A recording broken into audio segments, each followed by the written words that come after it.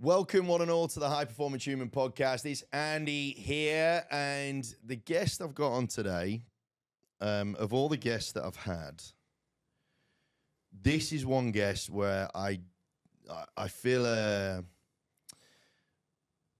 it's almost like a depth of privilege, and I'm not saying this to blow smoke up his trumpet, but the feat that he's just gone through and the reasons why he's gone through it for the betterment of others is something to be admired.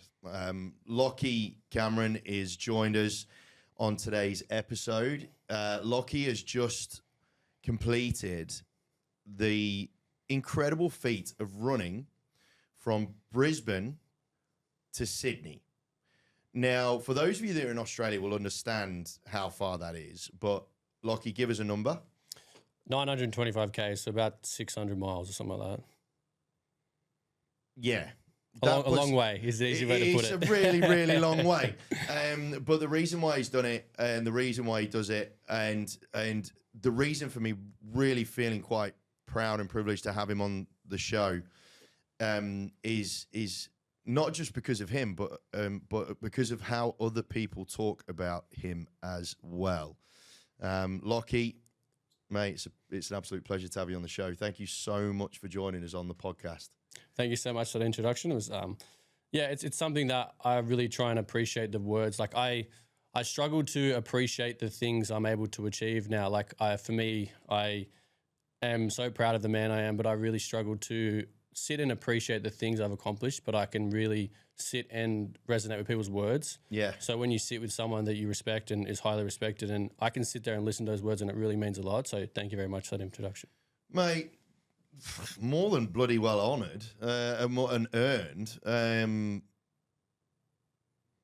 I'll start from the top. Like, give us. I mean, for the benefit of people that don't know who you are, give us a bit of an MO as to who you are and why the fuck you decided to go running for 925 kilometers.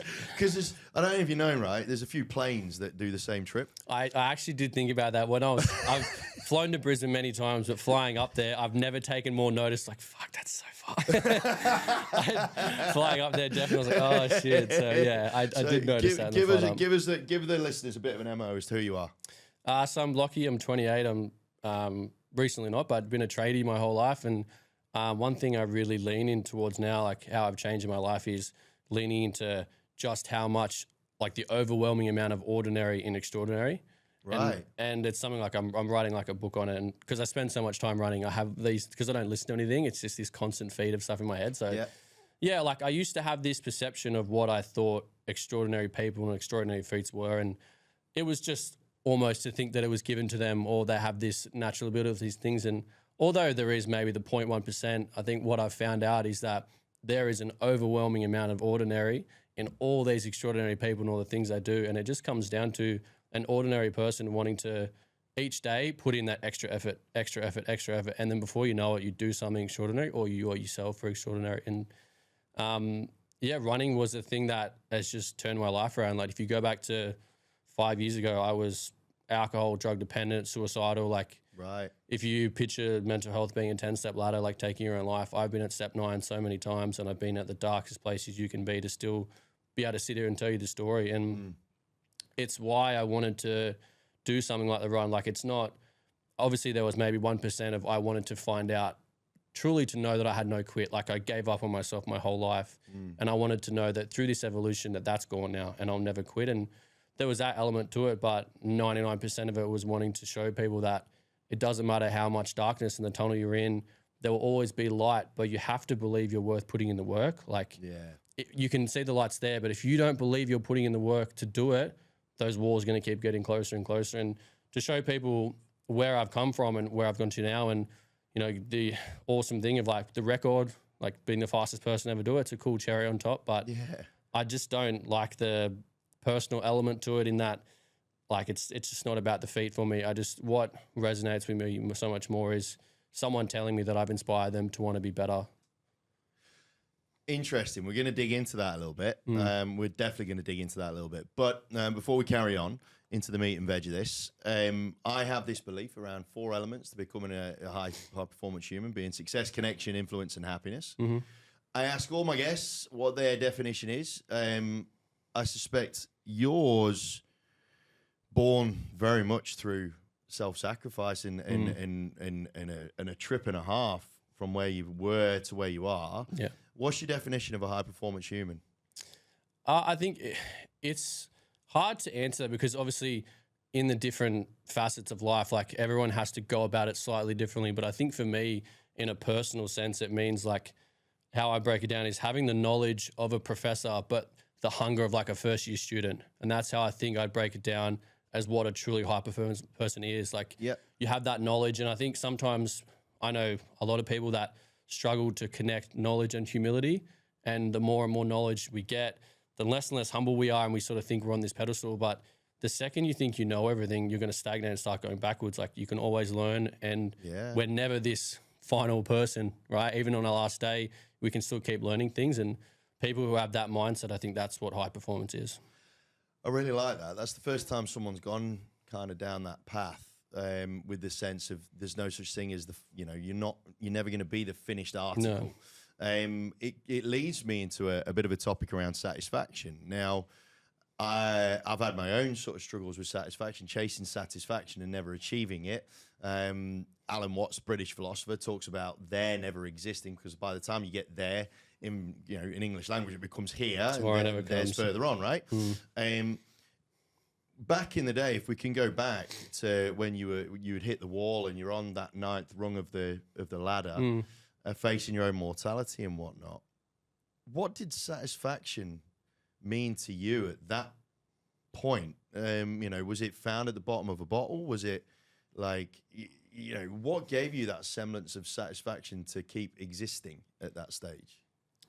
My biggest problem, and I still, it's now my strongest trait, I think, is that I will always care about people more than myself. And the problem with how I lived my life before is that I lent on people so heavily for my own self-worth. And if things weren't right, then I was off the rails and I just never cared about myself. Right. And now I take a lot of care about myself and I really appreciate who I am, but it's still me. And I will always care about people more than myself. And that's where I now want to move forward into helping people and doing it the right way. But I lent on people a lot for my self-worth, and I would do it all started like I had a normal childhood, but my parents separated, which happens to a lot of us. And, as a kid, when a parent stops turning up for you, and my biological dad, he just stopped turning up and would tell me he was going to be there for me and wouldn't. And, you remember the happy times, like all the beautiful moments of your parents going to the Easter show, stuff like that. But there was times where we would be going to dinner like my grandparents and he would say he'd turn up and he wouldn't. And I would go sit in the gutter waiting for him and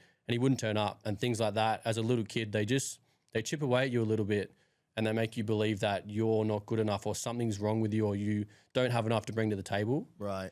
And then as a kid, it's really hard to reverse that. And when you don't think you're good enough for a parent, obviously you're not going to be good enough for people. So when I would go to school and things like that, I was a chameleon and I would change myself for everyone to be exactly what they needed, which is fine. Everyone's laughing, but every day I'm reinforcing to myself that I'm not good enough. And you do that for long enough and you've just got holes everywhere and you need to fill it. And, as Australian drinking culture is pretty bad, I would say.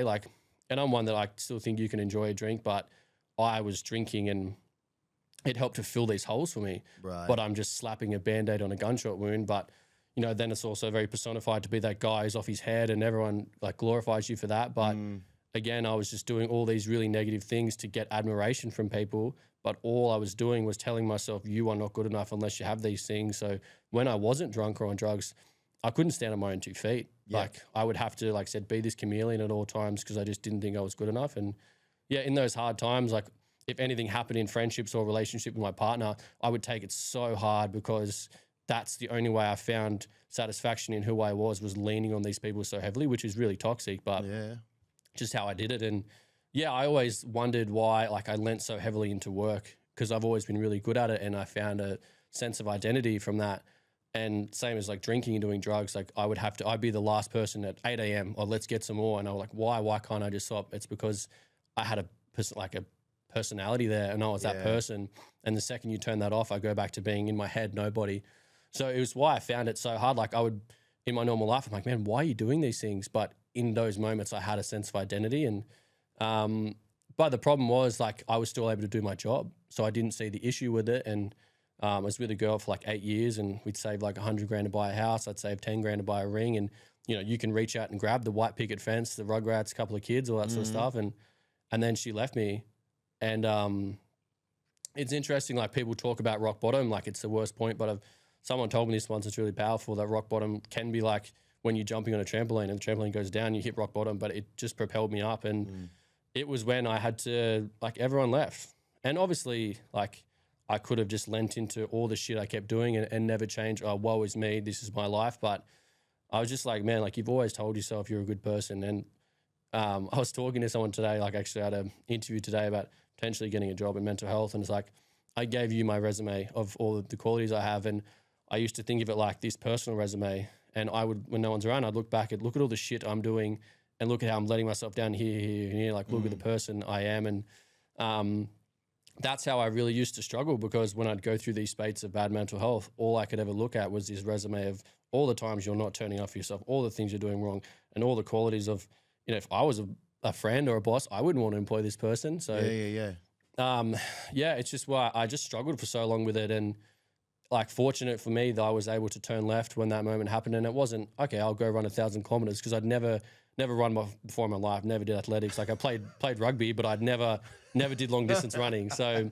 it was more just this thought, okay, I need to be a little bit better, a little bit. Let's just try. And I think like if you go through these battles and people struggle because they go, okay, these are all the things I need to do. So then they dump all these things into their life. But our willpower is as low as it's ever been for human beings. And we wonder why we can't stick to all these drastic changes. Like I feel very fortunate in that I did it all in small doses and then am able to be and consistent with it all now from just like incrementally doing it. Yeah. So much to unpack there. First thing I want to unpack is that need to please others, right? You spent the majority of your, should we say, the first section of your life, we were to put it into a couple of sections. Definitely. You spent the first section of your life living or being enslaved by that need to please and appease others, right? Definitely. And you've mentioned that now, having gone through all the stuff you've gone through, you understand the importance of looking after oneself and appreciating oneself. An observation that I've had over the trip of chatting to people that have gone through mental health or similar challenges and whatnot is that the pendulum can sometimes swing in an equal amount in the other direction, where it becomes tremendously selfish. In your sort of, as you've been going through this evolution of being able to appreciate oneself and whatnot, how have you managed to strike that balance? Because a lot of the time people try and get to a certain point of self-gratitude and whatnot, but then it starts to become detrimental because you end up shutting yourself off from whatever. Interesting, I had a conversation not too long ago where we were talking about the equation of self and how that is contributed towards greater depression issues and whatnot because people are being too self-orientated. Yeah.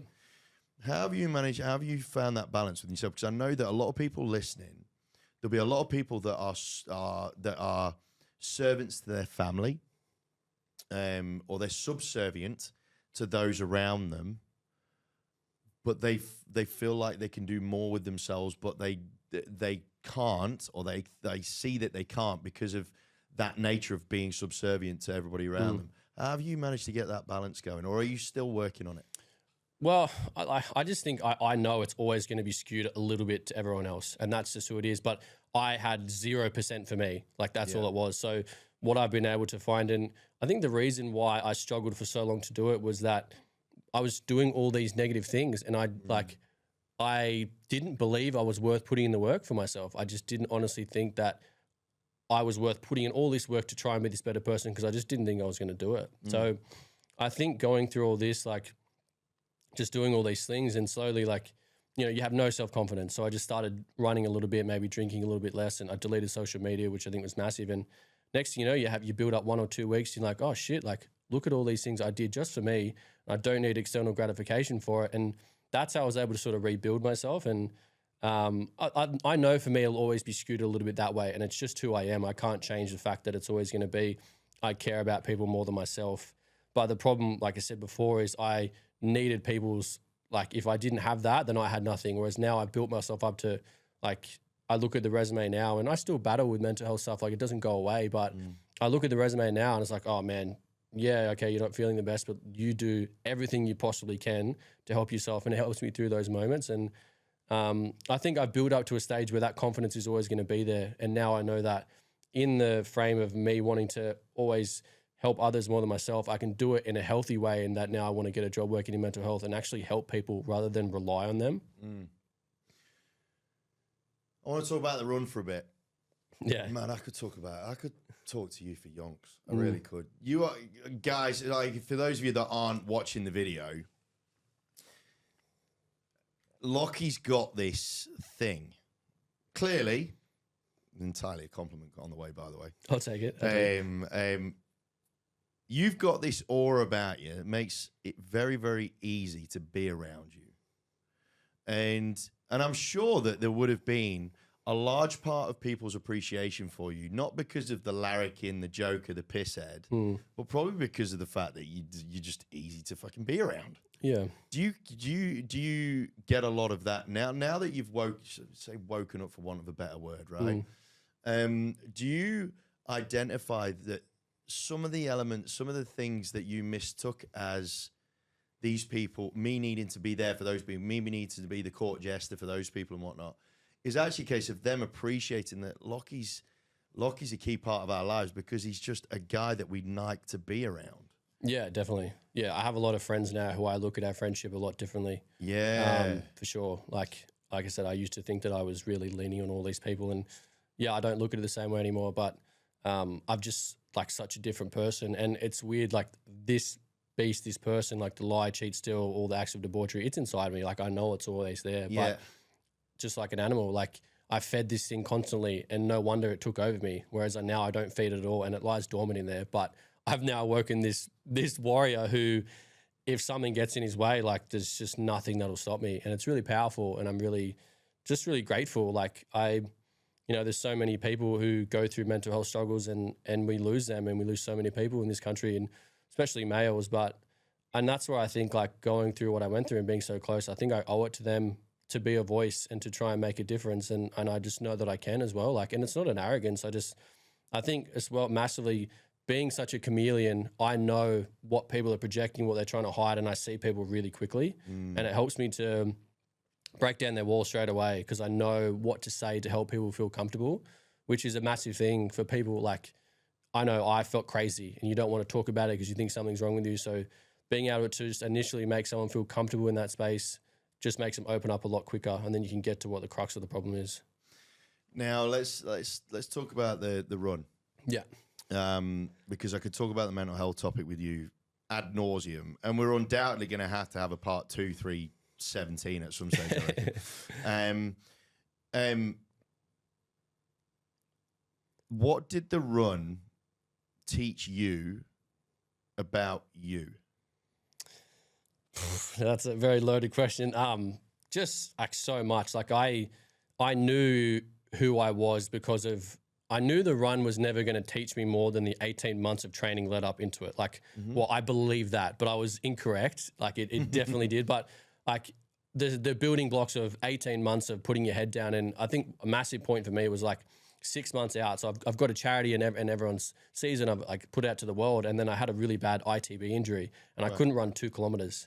And it's like the imposter syndrome of you telling people you're going to run 1,000, and I literally couldn't run 2. Wow. And it's that moment where, like I don't have a massive following. So if I said to the world, had this injury, I've got to push it back, no one would give a shit. Like, I'm not very famous in that sense, but I remember sitting in my kitchen and I was in there and I was freaking out a little bit. I was like, no, like I can completely visualize this. I can see my last block of training and everything I have to do, and I know I'll get there. And I think it's just part of me just truly believing in myself now more than I ever have. And I'm so grateful for that point though, because I think if I had 18 months of just great training and then you go into something where you're going to face adversity like you never have, and I've never had to come back from that, I think I just wouldn't have been mentally prepared, because I had to start from zero again. I had to go, okay, fine, I can't run again and I've got to start from zero 6 months out, but yeah, that's fine, I'll do it. And it taught me so much more mentally than physically about resilience. And one thing the run taught me was just staying in the fight. Like so many of us, we lose battles, not because we're beaten by a better opponent, but because the going gets tough and we get going. And I know because I did it a lot. But what I've learned from, like, fuck, you're in the worst pain you've ever, but man, put the gloves up and stay in the fight. Like, I'm not going to throw the towel in. And you go through those highs and lows and you get better, you get worse. But I have an ability to stay in the fight. And I think that train, like, there's so many similarities between ultra running and life. And that's taught me that no matter what life throws at me, and life isn't out to get me, like, I'm going to stay in the fight no matter what. And it's just a really powerful thing to know. Like, you can chase excellence all you want, and I'm fine for people to do that. But the power of being able to stay in the fight like that is really, really massive for me in my life moving forward. You just said then, life isn't out to get me. Yeah. Let's dig into that a little bit, because that's a critical line. That's a critical little sentence that you just said there, I think, for a lot of people. Because you don't want to call it victim mentality. I think some people, there is a distinct smell of victim mentality and using circumstances as an excuse to not move forward, right?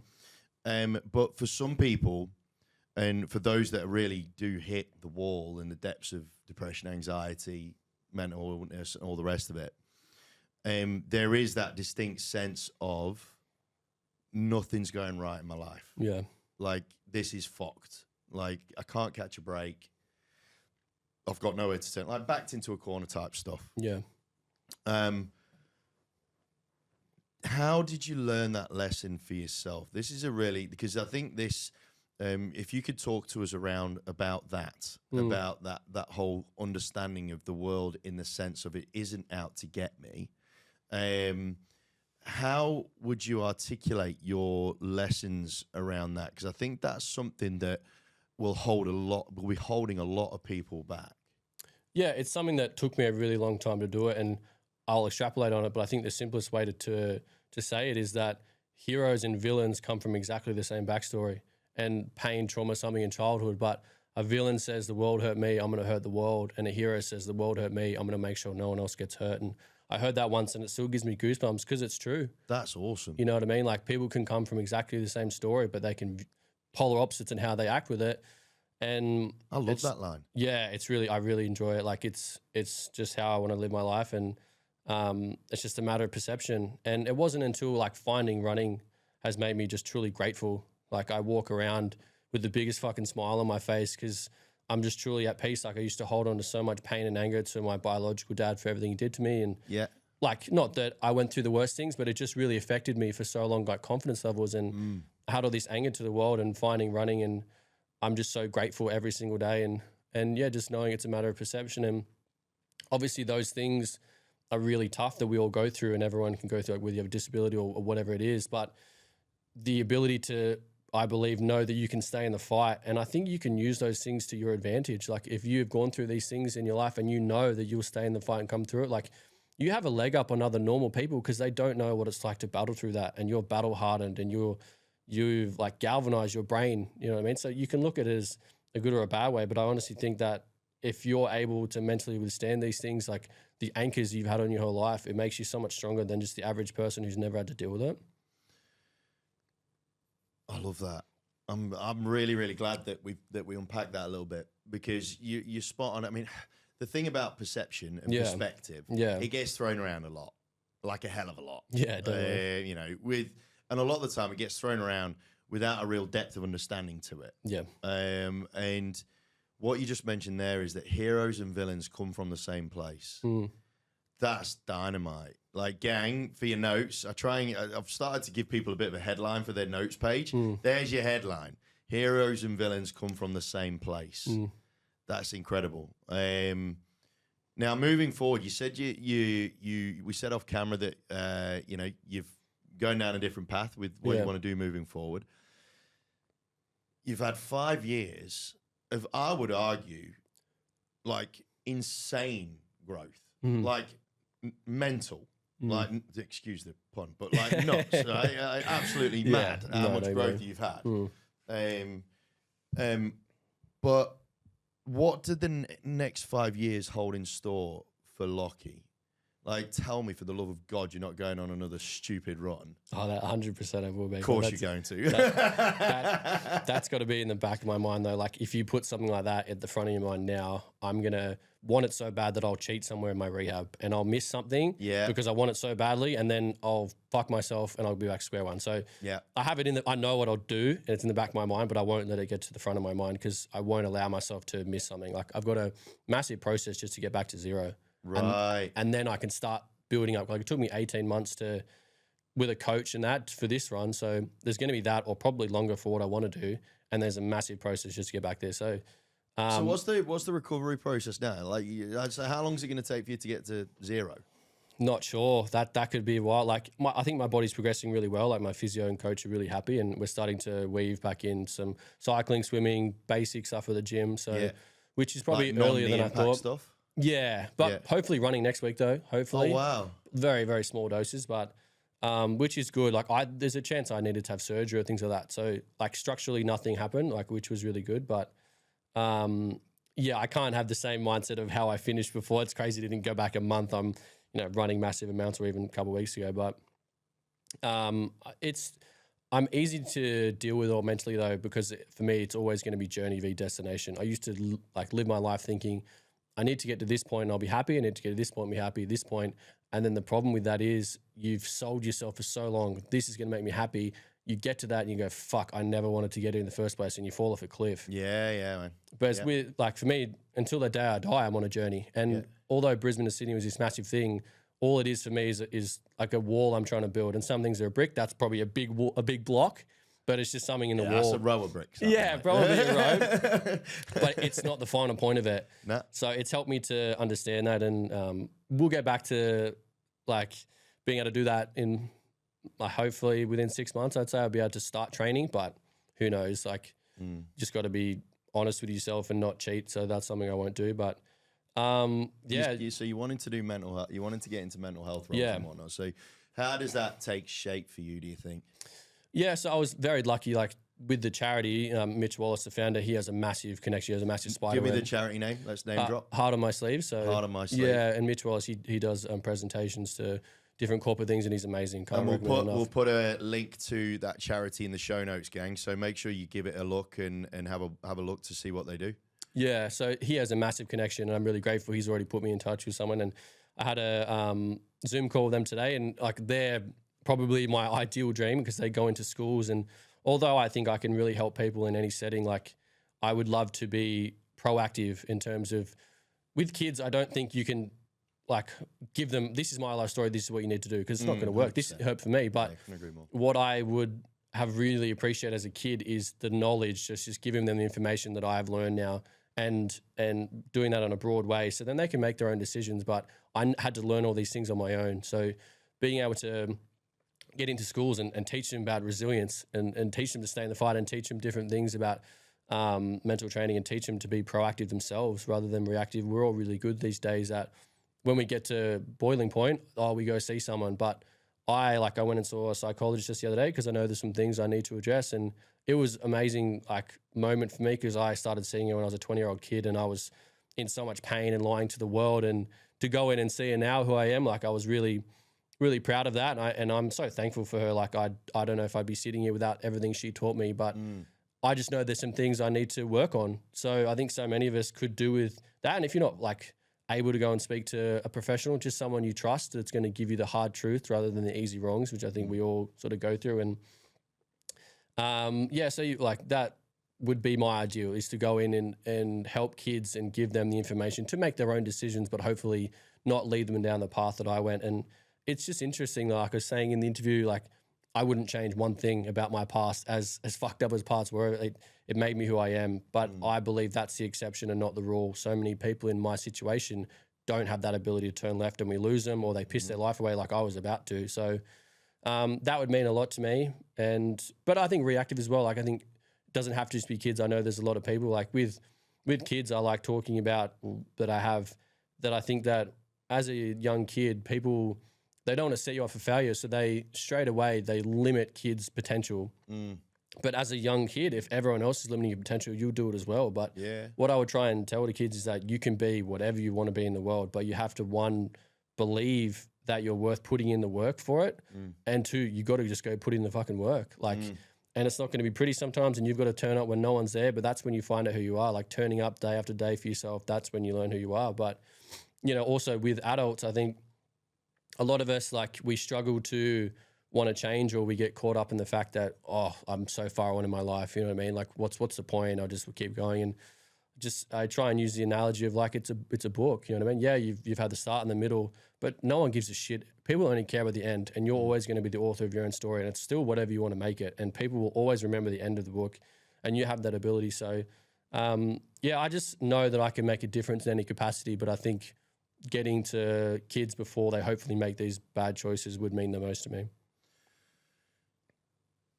I've got there's no doubt in my mind that you're going to make a hugely positive impact on several lives. Like, gang, I wish you could feel the energy that I'm feeling off him at the minute. It's quite incredible, to be honest. If you don't mind me asking, before we wrap up, what's one or two things that you're working on right now? Because you've come this far. We're all, like you said, I agree. None of us are the finished article. I had a chat to my doc earlier on this morning after I touched down. Yeah. So we're always working on little bits and bobs. What's one or two things, if you don't mind sharing, what's one or two things that you're working on right now?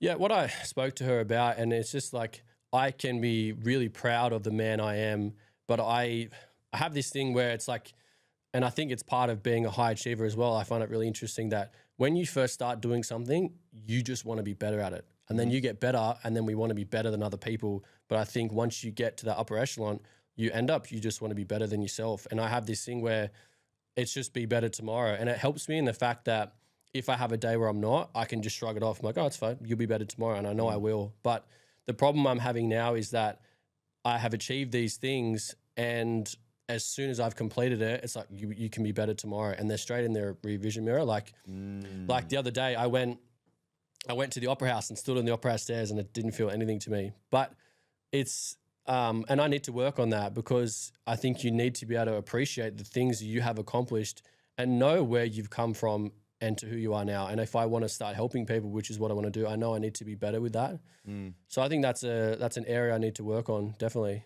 Would you say that sort of leans into I don't know, maybe like an addictive part of your personality that was detrimental back in the day, but now you've channeled it into this different type of beast, as you mentioned before, that you are now looking to put like reins on that beast to make sure that it is an entirely productive and positive energy, because that can very quickly turn as well. I know it has for me. So my addictive personality hasn't led me down to go to detrimental like drugs and alcohol or anything like that, but it's certainly led me to self-pain, like, you know, because however much success I've had, it's never enough. Would you say that that's part of it? You're like understanding elements of your personality type and learning how to maintain a positive track on them? Yeah, and I just think you just need to, and I'm not saying you have to sit there and pat yourself on the back all life, like, because you're just never going to get anywhere. But I think you need to be able to sit and appreciate what you have achieved, and especially where you've come from. Because, otherwise it's never going to be enough, and you're never going to truly be content. And I'm so grateful walking through life. Like, I'm so grateful of everything. But when it comes to these things, as soon as I complete it, it's in the rear vision mirror. And it's good, because that means you're an achiever, and you want to push yourself, and it's good in that sense, right? But I just know I want to be better than that, and I want to be able to appreciate that. And if I saw someone doing the same trade, I'd say that you'd need to sit and appreciate it. So that's where I was honest and said I need to work, because I've tried, but I've realized that I can't do this on my own. So I need to speak to someone and help me about it. And I think we can all do that. Like, there's so many things that we could speak about before, like you said, you let it get away from you, and then you're at boiling point, and then it can really just throw a spanner in your whole life. Yeah. Couldn't agree more, man. Look, I could talk to you forever and a day. I will need to get you back on at some point, like at various stages, actually, because you are certainly someone that is 100% worth investing time and effort into following and appreciating for the openness in which you are, exposing your own trials and tribulations for the betterment of human beings around you. I think it's something that it's a noble act that not many people, or not enough people, do. So, from my own personal experience, I know how bloody hard it can be at times as well, man. I can't thank you enough for being on the show.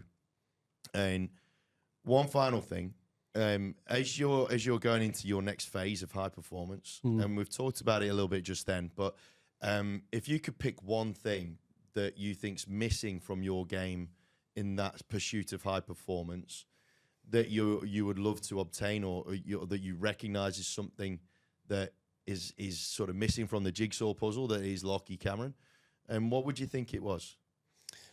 It's a hard one, because for me, it's just like I just have this constant hunger and pursuit for knowledge, and I know that I'm really good at telling my story and getting people to open up that way. But I think and it's why I'm so excited to get involved in the charities. They're going to teach me so much more about a broad horizon and a holistic approach, rather than just my story. Like, my story can probably help people here and there, but being able to learn this broad horizons, I'm going to help a lot more people. So that's one thing obviously I'm hungry to get in there and work with children and hopefully make a difference. But the information I'm going to learn working in that charity, which is just so much more about helping a broad horizon in people's mental health, that's something I'm super, super excited for.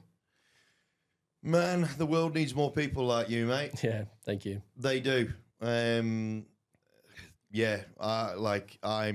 grateful to have met you. I'm grateful to have been connected to you by your mum, who, FYI, not that you probably already know this, but the way that she talks about you is quite incredible. The amount of love and pride that she has in the human that you have become through the rings of fire that you've jumped through. Is something that any parent would love to be able to say about their kids. So thank you so much for coming and spending a little bit of time with us. It's not going to be the last time, because I'm really looking forward to seeing how you impact in the mental health landscape. It needs as many hands as it can. Yeah, definitely. So there's budgetary cuts that have just come into the state of Victoria around the mental health space and whatnot, which is a pain in the arse. So. All hands on deck, I think is very much a requirement. So thank you so much, and I'd love to have you back on if you'd be kind enough to come. Oh, mate, for sure. It's been awesome getting to chat to you, and I really appreciate it. Hey, look, team, make sure you follow this lad. He's worth following, not just because of the human that he is, but because of the work that he is doing, has done, and is about to do. He's just a guy that you can't deny. You need to follow him, and you need to have him in your life in some way, shape, or form, because his energy, his aura, his ethics, his drive, and his focus of what he wants to do and who he wants to help, like I said, team, it's something that we need a hell of a lot more of in the world. Until next time, team, stay safe, healthy, happy. If any of this has triggered anything in you in any way, shape, or form, please go and speak to someone professional. Go speak to a doctor. Get in touch with Lifeline. You can even DM me or Lachy, and we've got people that we can put you in touch with if you need a little bit of help getting over the hump. Until then, though, team, look after yourselves, and I'll speak to you soon.